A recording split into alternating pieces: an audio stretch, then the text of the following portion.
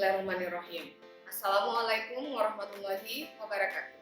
Salam sejahtera untuk kita semua. Perkenalkan, saya Zulfeda Nur Ahsan. Saya adalah dosen pada program studi Pendidikan Matematika Universitas Timur. Konsentrasi saya dalam pengajaran adalah mengajar mata kuliah di bidang aljabar, baik itu aljabar linear, struktur aljabar, dan kriptografi, khususnya skema pembagian rahasia. Pada kesempatan ini, saya akan menjelaskan teknik pengajaran saya dengan menggunakan metode DIA, Delivery, Interaction, dan Assessment pada salah satu mata kuliah yang saya ampu, yaitu Aljabar Linear Elementer. Pertama adalah Delivery. Delivery adalah proses menyampaikan materi pembelajaran sehingga dapat diterima dengan baik oleh mahasiswa. Sebelumnya, saya akan menjelaskan terlebih dahulu deskripsi singkat tentang mata kuliah Aljabar Linear Elementer yang saya ampu ini.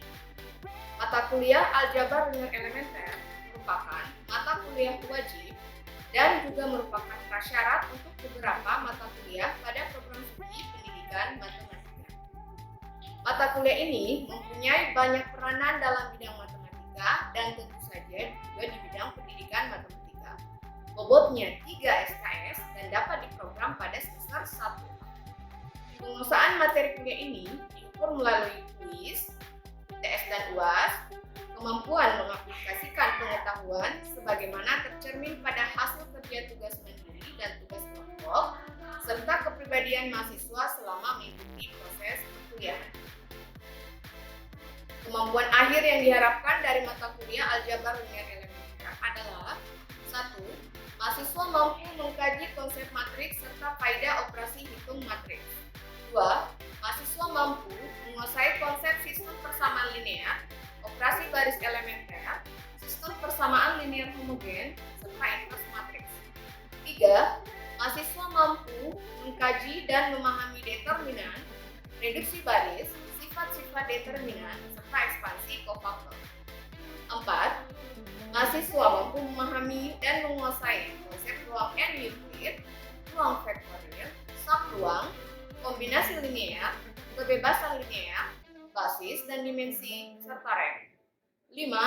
Mahasiswa mampu memahami dan menguasai konsep hasil kali dalam, sudut dan ortogonalitas di dalam ruang hasil kali, basis ortonormal, serta proses Gram-Schmidt.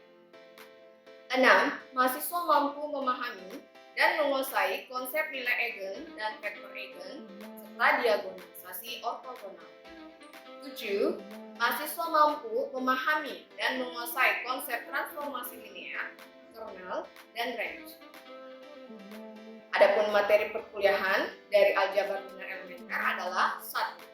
Matriks dan sistem persamaan linear. 2. Determinan. 3. Ruang vektor. 4.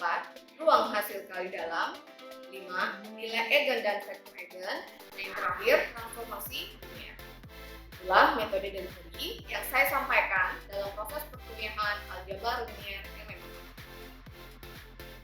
Selanjutnya adalah interaction. Interaction atau interaksi adalah suatu proses yang terjadi dalam perkuliahan dan terjalin antara mahasiswa serta dosen dalam rangka mencapai capaian pembelajaran. Sebelumnya, saya akan menyampaikan terlebih dahulu mode pembelajaran yang saya terapkan pada mata kuliah ini, yaitu mode tatap muka di dalam kelas dengan menggunakan beberapa metode pembelajaran. Di antaranya adalah 1. Expository, yaitu metode yang menekankan pada proses penyampaian materi secara verbal dari dosen kepada sekelompok mahasiswa yang bertujuan agar mahasiswa dapat menguasai materi perkuliahan secara optimal.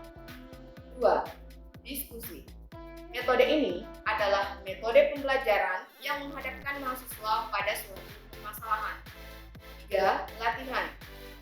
Metode ini dapat diartikan sebagai suatu cara mengajar di mana mahasiswa melaksanakan kegiatan latihan sehingga mahasiswa memiliki ketangkasan atau keterampilan yang lebih tinggi dari apa yang telah dipelajari. 4. Ceramah. Metode pembelajaran dengan menyajikan bahan perkuliahan melalui penerangan dan penuturan lisan oleh dosen kepada mahasiswa. yang terakhir, presentasi. Metode pemaparan gagasan di depan umum oleh mahasiswa, baik secara individu maupun kelompok mengenai topik tertentu. Itulah metode interaction yang saya terapkan pada mata kuliah Aljabar Linear Elementer. Selanjutnya, assessment. Aspek ini merupakan penilaian mengukur kemampuan akhir mahasiswa secara objektif dalam menerima materi perkuliahan. Berikut penilaian yang saya gunakan dalam mata kuliah Aljabar Linear Elementer, yaitu yang pertama, tugas sebesar 15%, 2. Kuis sebesar 10%, 3. Partisipasi dan kepribadian 15%, 4. UTS dan UAS masing-masing sebesar 30%. Demikianlah penjelasan mata kuliah Aljabar Linear Elementer yang saya ampu, yang meliputi delivery, interaction, dan assessment, atau sering disingkat EIA. Selanjutnya, saya akan menampilkan proses perkuliahan yang saya lakukan di dalam kelas. Selamat menyaksikan. Wassalamualaikum warahmatullahi wabarakatuh. Baik, selamat pagi semua. Selamat pagi. How are you today? Fine. You're fine. Okay, I'm fine too. Meskipun kalian tidak kaya, saya bilang I'm fine too ya. Oke, jadi pada kali ini saya akan mengajarkan mata kuliah Aljabar Linear Elementer. Mungkin kalian sudah pernah dengar aljabar itu seperti apa, misalnya di SMP pernah dengar toh? Di SMP tentang yang pakai variabel-variabel X segala macam ya. Nah, kalau di sini Aljabar Linear Elementer yang kalian mau pakai itu buat pembelajaran matematika nanti, entah itu di sekolah kalau nanti sudah jadi guru ya, ataupun nanti kalau misalnya ada dari kalian yang mau studi lanjut S2 ya, seperti itu. Nah, materi pertama apa yang saya mau bawakan? Ya, kita lihat di RPS di sini. Nah, ini dia ya. Jadi materi pertama yang akan saya ajarkan itu diantaranya adalah bentuk dan jenis matriks serta kaidah-kaidah dalam ilmu hitung matriks. Nah, seperti itu ya. Apa yang diharapkan dari kalian setelah mendapatkan materi ini, yaitu yang pertama, yang ini secara materinya ya, yaitu kalian sudah bisa mengkaji konsep matriks serta bentuk-bentuk matriks maupun juga operasi hitung dalam matriks ya, seperti itu. Nah, mungkin kalau mau diingat-ingat kembali ya, ingat-ingat kembali matriks waktu SMA itu bagaimana, mulai dari bentuk dulu. Dari bentuknya seperti apa kira-kira? Oke, jadi bentuk matriks ya, bentuk formnya. Nah, supaya kalian bisa tahu atau suka dengan matriks, harus tahu dulu bentuknya. Sama dengan kalau misalnya kalian mau suka saya, harus tahu dulu bentuknya atau secara fisiknya itu bagaimana itu Ibu Aida, ya? Kalian secara fisik lihat saya seperti ini, Kira-kira kalau lihat saya seperti ini, kalian tertarik atau tidak untuk mempelajari saya lebih dalam? Nah, sama juga matriks ya, harus tahu dulu bagaimana bentuknya dulu secara visual ya, bagaimana bentuknya. Nah, bentuknya itu ada yang biasa tulis seperti ini, ya. Nah, ingat waktu saya kemarin tuh ada yang biasa tulis seperti ini, ada juga yang seperti ini, ya. Nah, jadi bentuknya ada dua, this one or this one. Oke? Nah, sekarang itu tadi bentuk matriks. Nah, bentuk matriks. Masuk ke jenis matriks misalnya. Nah, jenis matriks sebelumnya kalian harus tahu dulu bagaimana cara menentukan entry-entry dari suatu matriks. Misalnya ya, kalau saya bilang ada matriks A, ya, 2 kali 3. Nah, it means ini artinya ya, 2 itu barisnya, 3 itu kolom. Jadi jumlahnya ya, jumlah barisnya 2, jumlah kolomnya 3.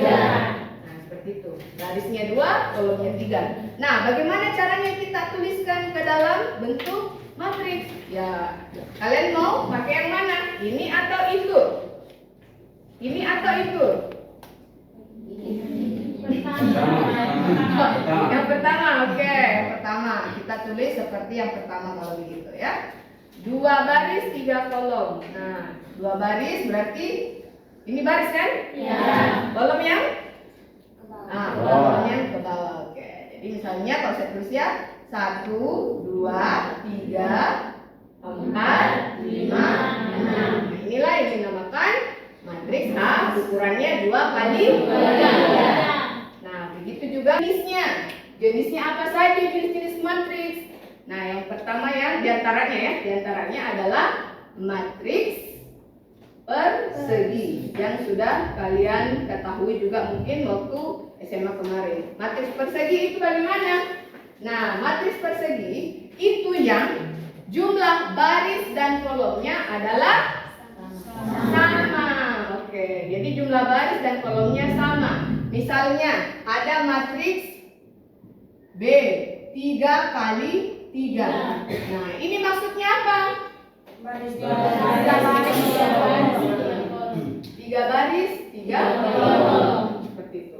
Nah, kalau dalam secara umum kita bisa tuliskan misalnya B-nya itu N kali N. Itulah dinamakan, kenapa dinamakan dia matriks persegi. Kemudian ada juga yang dinamakan matriks identitas. Nah, identitas itu bagaimana? Nah, matriks identitas ya biasanya kita simbolkan dengan huruf I, ya. I. Isinya apa saja? Nah, ingat dulu sebelum tahu isinya, matriks identitas itu juga merupakan suatu bentuk matriks persegi. Artinya apa? Ukurannya pasti selalu kembar baris dengan kolomnya ya. Nah, pasti itu kalau matriks identitas itu entah itu 2 kali 2, 3 kali 3, 4 kali 4 dan seterusnya. Ya. Nah, misalnya kalau matriks identitas 2 kali 2, ya, 2 kali 2. Nah, artinya 2 baris 2 kolom. Nah, matriks identitas itu bagaimana?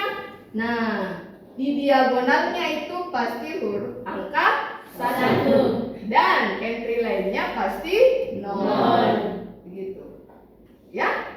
Nah, seperti itu yang namanya matriks identitas. Nah, ada matriks baris berarti ada matriks kolom. Oke. Matriks kolom. Nah, matriks kolom berarti kolomnya saja yang ditulis ya.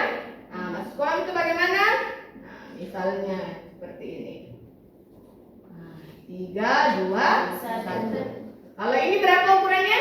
3 kali 1. 3 kali 1. Kalian sudah tahu bentuknya, jenis-jenisnya.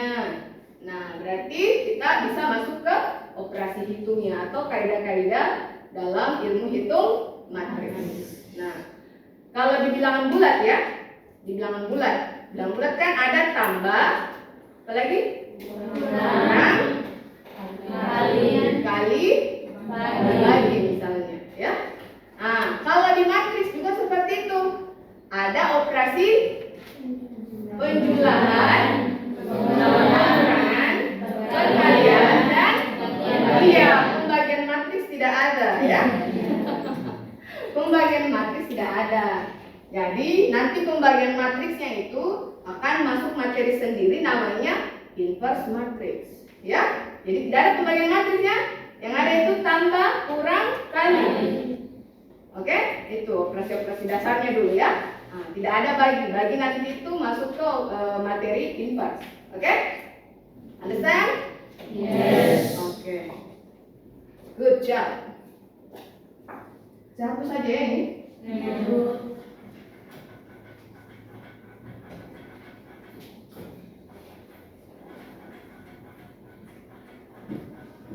Oke, yang pertama operasi apa? Yang pertama apa?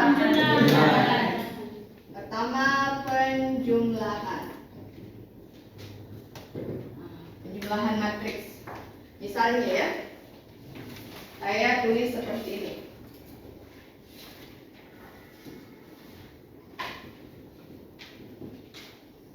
Jumlah itu artinya tambah kan? Ya. Kira-kira hasilnya ini penjumlahan atau nanti ya ada pengurangan matriks itu cuma bisa dilakukan dengan entry-entry yang sama. Entry itu maksudnya yang mana? Entry itu yang ini. Itu maksudnya entry ya. Jadi penjumlahan dengan pengurangan itu cuma bisa dilakukan yang entry-nya sama atau letaknya sama. Ya, misalnya 1 itu cuma bisa dijumlah atau ditambah dengan 0. Nah, itu ya. Jadi yang tempatnya sama saja. 1 itu cuma bisa ditambah dengan 0. Nah, berarti hasilnya adalah 1 tambah 0. Oke, kemudian 2 tambah 1. 3 2. Terus 4. Berarti hasilnya adalah 1, 3, 5, 7. Nah, seperti itu. Ya. Itu penjumlahan matriks. Itu juga dengan pengurangan. Oke? Nah, coba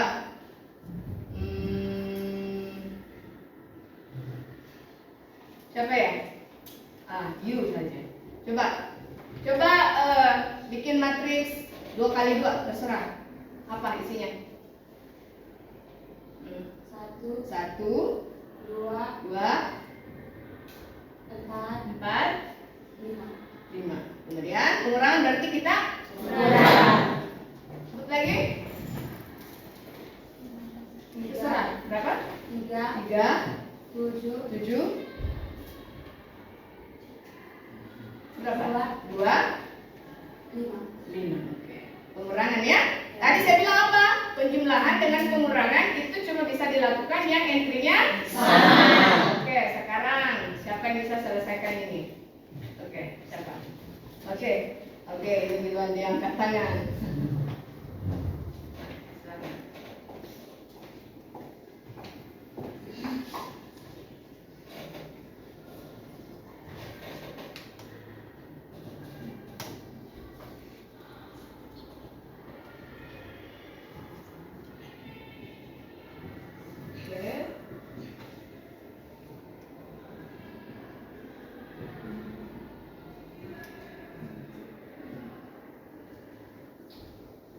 Benar atau betul?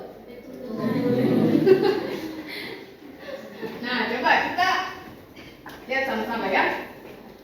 Nah, 1 kurang 3. Sudah betul ya? Nah, kemudian 2 kurang 7. Berapa? Minus 5. Betul juga ya? Kemudian 4 kurang 2. Berapa? 2. Betul? 5. Coba pencet.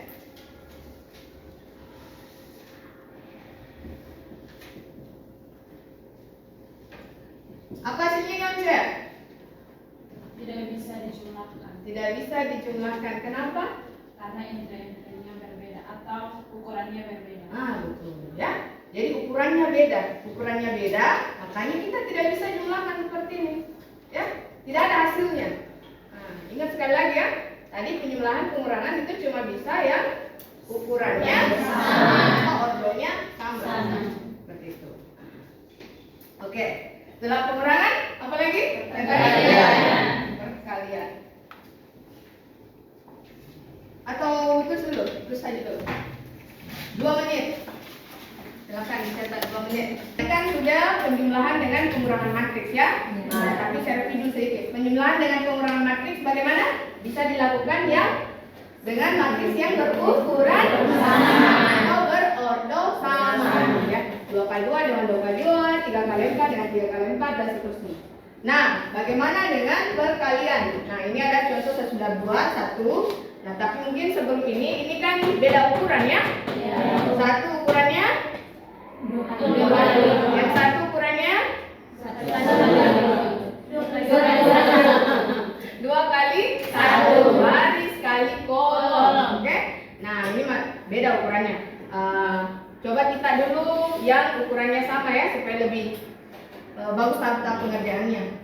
1, 2, 5, 0 dikali dengan 5 1, 0. Oke. Nah, sekarang perkalian matriks. Saya review lagi sedikit. Perkalian matriks ya, ingat waktu SMA kemarin cuma bisa dilakukan dengan cara baris kali kolom. Baris kali kolom. Baris pertama, kolom pertama, entry pertama dengan entry pertama, yang kedua dengan yang kedua dikali, kemudian hasilnya ditambah. Nah, seperti ini ya maksudnya. 1 dikali dengan 5. 1 dikali 5. Kemudian ditambah dengan 2 kali 1. Seperti itu ya. Jadi pertama, kedua dikali kemudian dijumlahkan.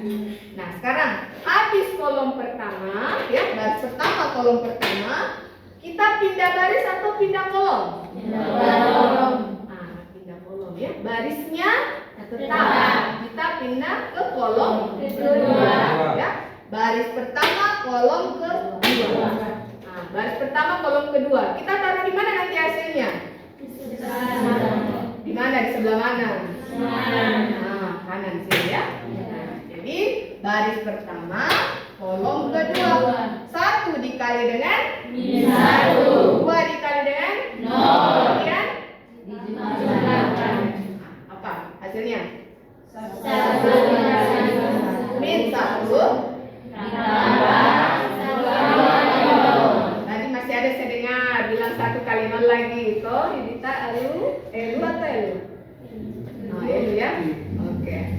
Nah, seperti itu. Habis kolomnya baru kita pindah baris kedua dengan pertama. Coba apa hasilnya? 5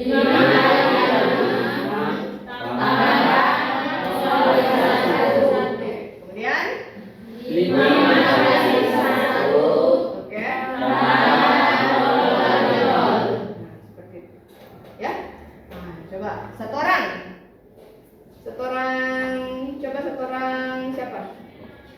Siapa? Itu saja. Siapa namanya? Krishna. Setoran Krishna. Nah, situ saja ya, Krishna. Nah, berapa hasilnya nih Krishna? 5 tambah 2 Ya, berapa? 7. Terus? 1 kali 1 min 1 ditambah 0. Oke, saya sudah tulisin 1. Nah, terus? 5 kali 5 25 tambah 0 hasilnya 25. Nah, oke, 5. Kemudian 5 kali min 1 min 5 ditambah 0 hasilnya tetap min 5. Oke. Good job. Seperti itu, ya. Nah, sekarang saya kan sudah bagi-bagi kelompoknya di grup itu ya. Nah, jadi sekarang kita akan mengerjakan beberapa soal latihan. Bukunya juga saya sudah bagi di grup. Ya, silakan dibuka. Yang ini sudah berkumpul dengan kelompoknya masing-masing? Sudah? Ah, oke. Jadi sekarang ini ya. Number 3. Consider the matrix. Nah, jadi lihat matris ini. Matris A itu ukurannya berapa? Matris A ukurannya 3 kali 2. Nah, 3 kali 2. Matris B. Nah, coba dibuka yang di 2 kali 2 C. 2 kali 3. 2 kali 3 D.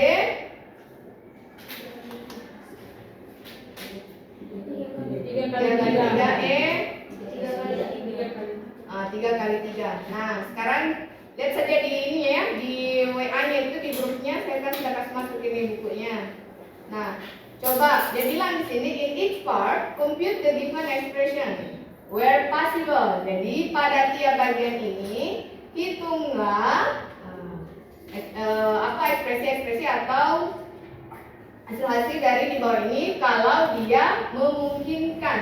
Nah, memungkinkan maksudnya apa? Yang kayak tadi, penjumlahan dengan pengurangan itu cuma bisa dengan yang ukurannya sama. Nah, jadi lihat misalnya yang D dengan E. D dengan E bisa tidak dijumlahkan? Coba lihat di bukunya situ. D dengan E bisa tidak dijumlahkan? Bisa. Bisa ya. Sekarang kalau begitu coba cari hasilnya. D ditambah dengan E.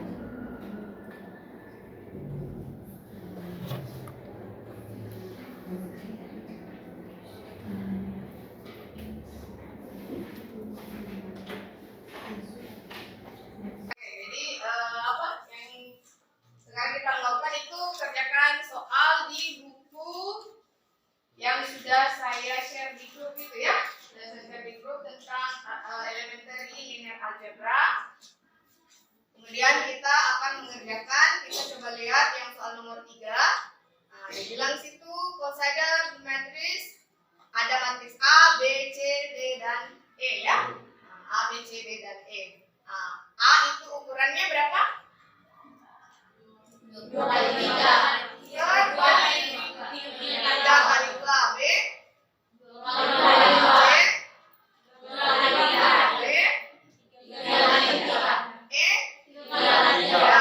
Pertanyaan di situ, in each part compute the given expression where possible. Artinya dia minta yang mana yang memungkinkan. Hasilnya ada ya. Hasilnya ada begitu. Nah, coba yang bagian A. D ditambah E.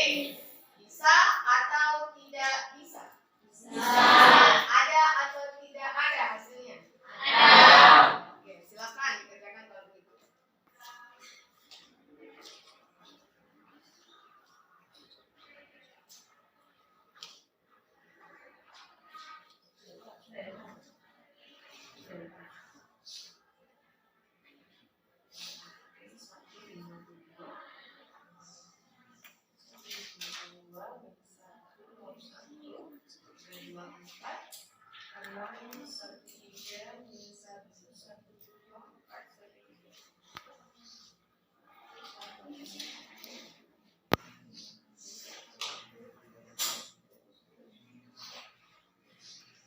Satu ya, 1,1.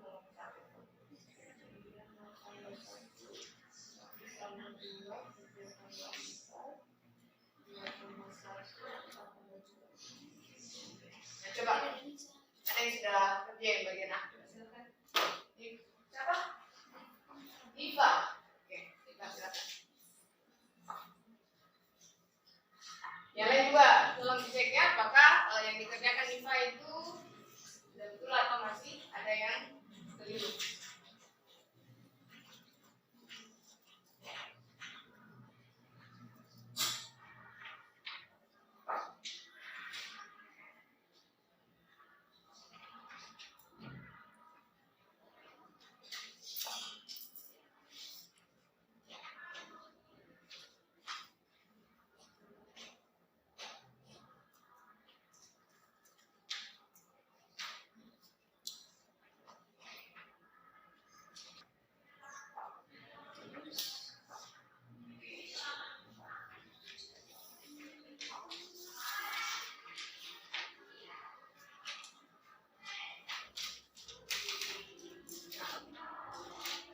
Terima kasih Diva. Nah itu ya tadi. Nah untuk pertemuan berikutnya silakan dikerjakan soal-soal yang ada di sini. Misalnya soal yang B